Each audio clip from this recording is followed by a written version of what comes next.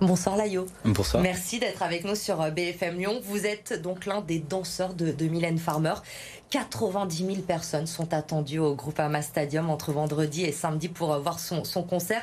2 dates, j'imagine, au cœur de cette tournée un peu particulière pour vous, parce qu'on peut le dire, vous allez un peu danser à la maison là. Exactement. Là, la date, elle se déroule à la maison. Il y a les amis, la famille. Donc forcément, c'est une date qui me tient à cœur. Celle-là et Paris, pour être honnête. Et Bordeaux aussi. Oui, parce que je vais dire, vous êtes né à Bordeaux, mais vous êtes installé à Vaux-en-Velin depuis 4-5 ans maintenant. Réellement, je suis né à Toulon, mais originaire de Bordeaux.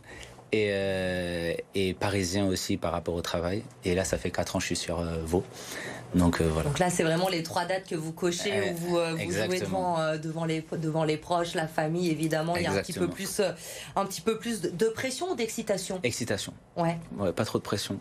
Alors racontez-nous comment vous êtes retrouvé dans la troupe de Mylène Farmer. Tout a commencé pour moi en 2019. En 2019, parce que j'étais sur l'ancien show déjà. Et c'est suite à un casting, tout simplement.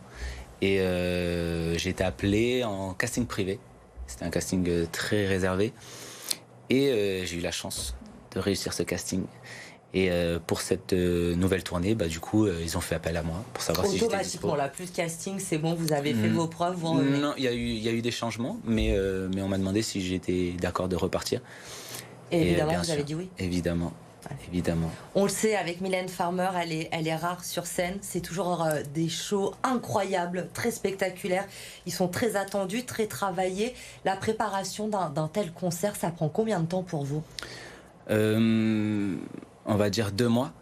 En gros, 2 mois. Mais je pense que la production et son équipe, ça doit être des années. Simplement parce que je pense que c'est l'icône française. C'est la plus grosse star qu'on ait, je pense, en France. Et oui, les shows, comme vous l'avez dit, c'est grandiose, grandiose. C'est une pression particulière, justement, ce genre de tournée, d'être avec Mylène Farmer, avec cette attente qu'il y a autour de ces concerts? En fait, c'est une pression par rapport à l'envergure, mais elle est tellement bienveillante envers nous, toute l'équipe d'ailleurs. On est vraiment, vraiment pris en compte. En tant que danseur, c'est pas toujours le cas, mais là, il y a rien à dire. La production, elle surtout, et tout est vraiment top.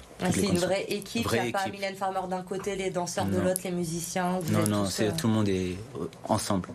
La tournée, elle a déjà commencé. Évidemment, ça a débuté à Lille. Il y a eu Nantes, Genève déjà, Exactement. Lyon ce week-end. Racontez-nous un peu comment se passe cette tournée. Alors, ça se passe vraiment bien.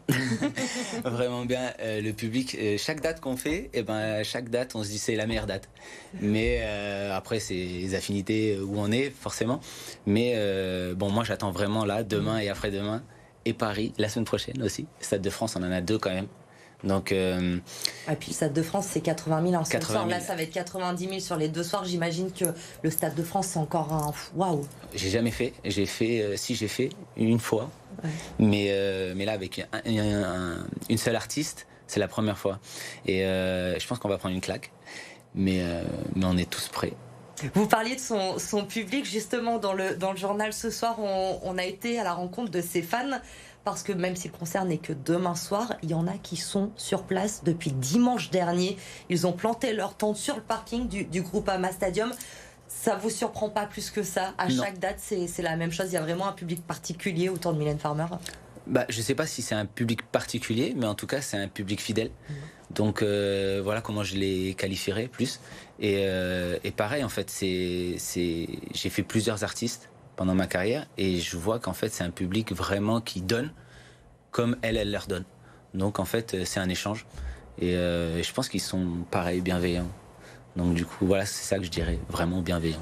Vous nourrissez aussi de ce public, j'imagine, sur scène. Vous le disiez, vous avez fait d'autres artistes, ça fait 14 ans je crois que vous dansez, vous avez été chorégraphe de Vita, de Jennifer, de Soprano, des univers finalement un peu différents. Vous vous inspirez de tout ça? Là c'est différent parce que là je fais que danser, donc forcément j'ai le bon rôle parce que j'exécute ce qu'on me dit. Quand on est chorégraphe, on a un peu plus de pression, donc voilà, parce qu'on a les attentes de la production, on a les attentes de l'artiste, donc mais là là, je fais juste mon travail en tant que danseur. Donc du coup... Et dans quel rôle vous vous sentez le plus épanoui, le plus à l'aise, celui de chorégraphe ou celui de danseur? Les deux. J'ai pas envie de partager. C'est comme si je choisissais mon père ou ma mère. Donc du coup, non, les deux. Les deux. Je pense que tant que j'ai la forme, quand j'aurai peut-être plus la forme, je dirais en tant que chorégraphe. Mais pour l'instant, je l'ai. Donc j'aime les deux vraiment. La danse, évidemment, qui fait partie de vous, de votre quotidien. Mais vous êtes également un artiste complet parce que vous chantez aussi. Exactement. Vous travaillez d'ailleurs sur votre première EP. Ici, chez nous, ce sera un EP lyonnais, enfin, vaudé, puisque vous le faites chez à Upper Vaud, c'est ça? Ouais, Upper Nation. 49 rue Lefebvre, je crois. 49 ou 43, je ne me rappelle plus, pour être honnête. Mais voilà, et je le fais chez eux. Ouais. Et c'est pareil. C'est quelque chose qui trottait dans votre tête depuis longtemps, la chanson? De base, j'étais monté sur Paris pour ça. Ouais. Mais par manque de moyens, j'ai bifurqué dans la danse, tout simplement. Et en fait, avec du temps, on m'a proposé de travailler dans la danse. Donc j'ai lâché la musique. Et c'est pendant le Covid, en fait, que je me suis dit, vas-y, je vais revenir à mon premier amour un peu. Et voilà, j'ai commencé à faire mon projet directement. Et on va regarder un extrait peut-être, tout résonne. C'est top. Regardez. Tu me dis que t'as besoin de t'aimer, je l'entends 100 fois. Surpris que mon love s'éteigne, que je devienne sans voix. Des mots se baladent et parfois tout résonne en la la la. Tout résonne en la la la. Tout résonne en la la la.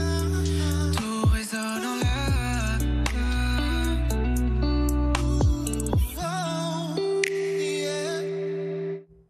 Ambiance très R&B, c'est ça? Exactement. En fait, là, c'est une version acoustique d'une musique que j'ai faite.